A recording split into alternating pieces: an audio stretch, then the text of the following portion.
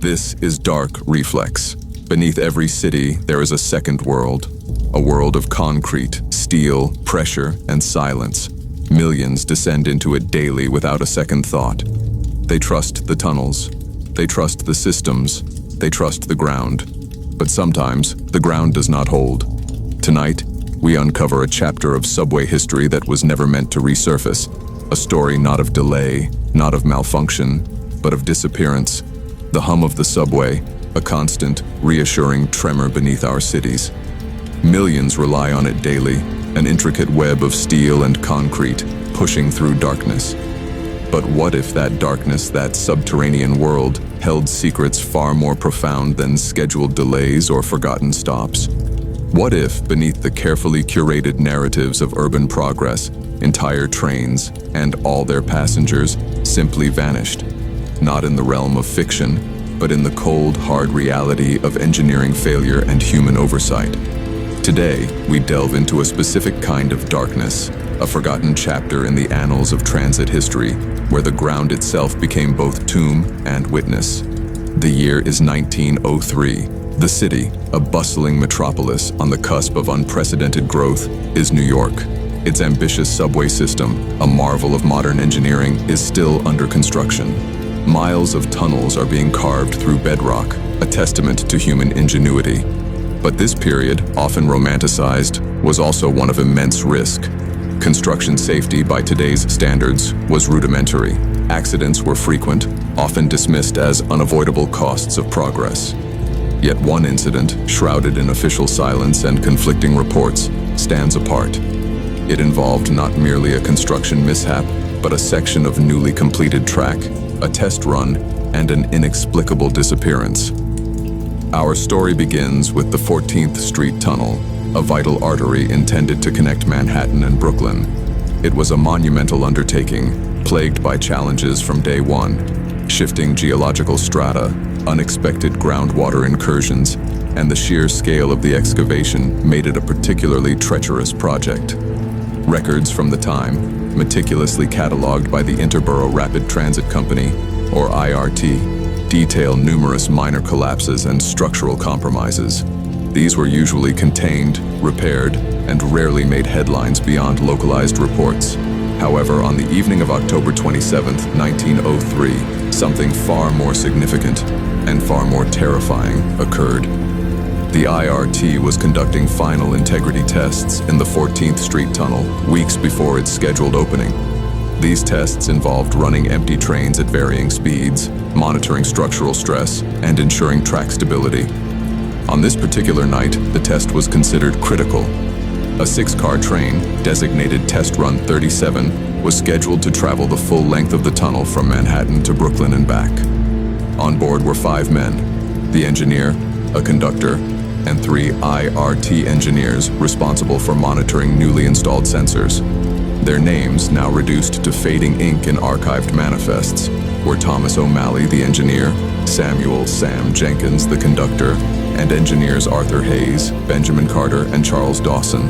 5 men assigned to a new machine, embarking on what should have been a routine procedure. The train departed from the Manhattan side of the tunnel at 22:17. Communication logs show regular check-ins during the first 8 minutes. O'Malley reported smooth passage. Jenkins confirmed all cars were stable. The engineers noted minor, expected vibrations. The tunnel, still devoid of public traffic, echoed with the rhythmic clatter of steel wheels. Then, at 22:25, silence. Not sudden, not dramatic, just the absence of the expected report. The dispatcher, a man named George Miller, initially assumed a momentary radio malfunction, common in the early days of underground communication. He waited. He called again. Nothing. Minutes stretched into something heavier. At 22:35, Miller initiated standard protocol for a communication blackout. Dispatch a maintenance team to investigate. This team, traveling in a smaller single-car inspection vehicle, entered the tunnel from the Brooklyn side. Their journey was uneventful for the first several miles. The air was still, the tunnel walls intact, the tracks clean. Then, approximately 3.7 miles into the tunnel, their progress stopped abruptly. The inspection car struck something, not a train. not debris scattered across the tracks, but a sudden, impenetrable wall of compacted earth and rock. The maintenance crew immediately reported a significant tunnel obstruction. Initial assessment suggested a localized collapse, a section of tunnel wall giving way. Concerning, but not unprecedented. What was unprecedented was the complete absence of Test Run 37. The obstruction was not loose rubble. It was a solid mass extending from floor to ceiling, sealing the passage completely. And behind it, no train. The IRT launched an immediate, though discreet, recovery operation. Discretion was paramount. The public was already wary of the enormous costs and dangers of subway construction. News of a missing train, especially one carrying company personnel, would have shattered public confidence. Engineers, geologists, and rescue crews were mobilized. They worked feverishly, but carefully, through the night and into the following days. What they discovered was not a simple collapse. It was a massive, catastrophic structural failure. Approximately 150 feet of tunnel had caved inward, not from a single weak point, but from near simultaneous failure of its support structures. The immense pressure of the overlying earth and groundwater had overwhelmed the newly installed steel and concrete. The tunnel had not merely collapsed, it had imploded. If the collapse zone was as extensive as surveys suggested, then Test Run 37 and its 5 occupants would have been caught directly within the impact area. The force would have been overwhelming. Yet despite weeks of excavation from both ends of the collapsed section, no trace of the train or its crew was found. No twisted steel, no personal effects, no human remains, nothing. The official explanation, carefully crafted for public release, described a severe structural anomaly resulting in a localized tunnel failure. It mentioned that an empty test train had been nearby, implying it had been safely diverted or unaffected. The public was reassured. The story became one of inconvenience and repair. The truth remained buried.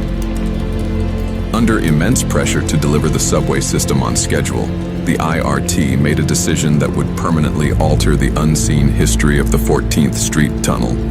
Instead of conducting a prolonged and costly full excavation through the collapse, a process that would delay the project for years, they chose an alternative.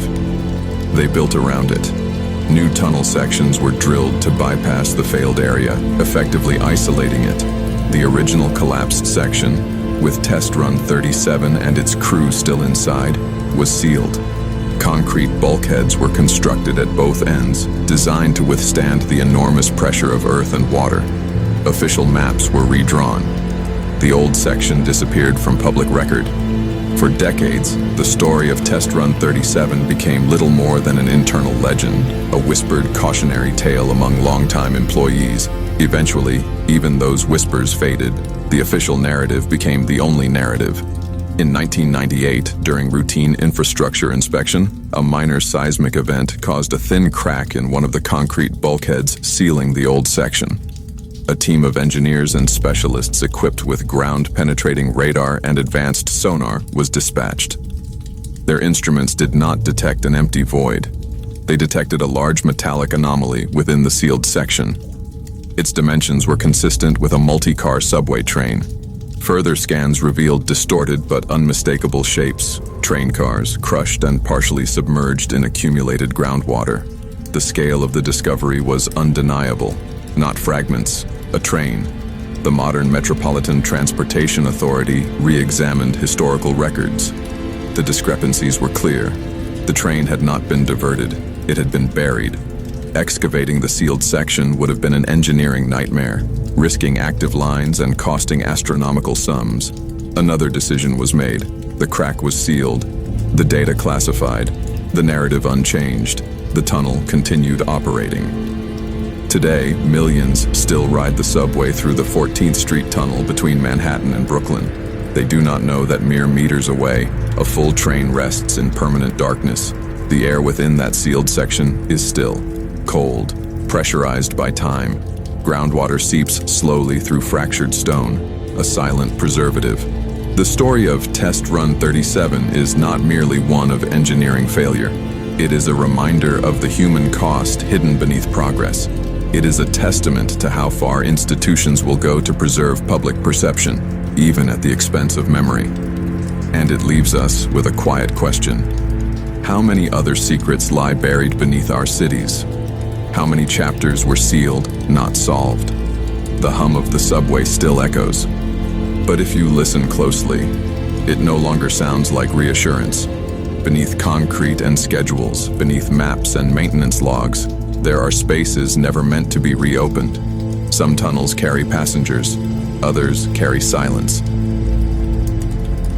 This was not fiction, it was omission, and somewhere below Manhattan, steel still rests in the dark.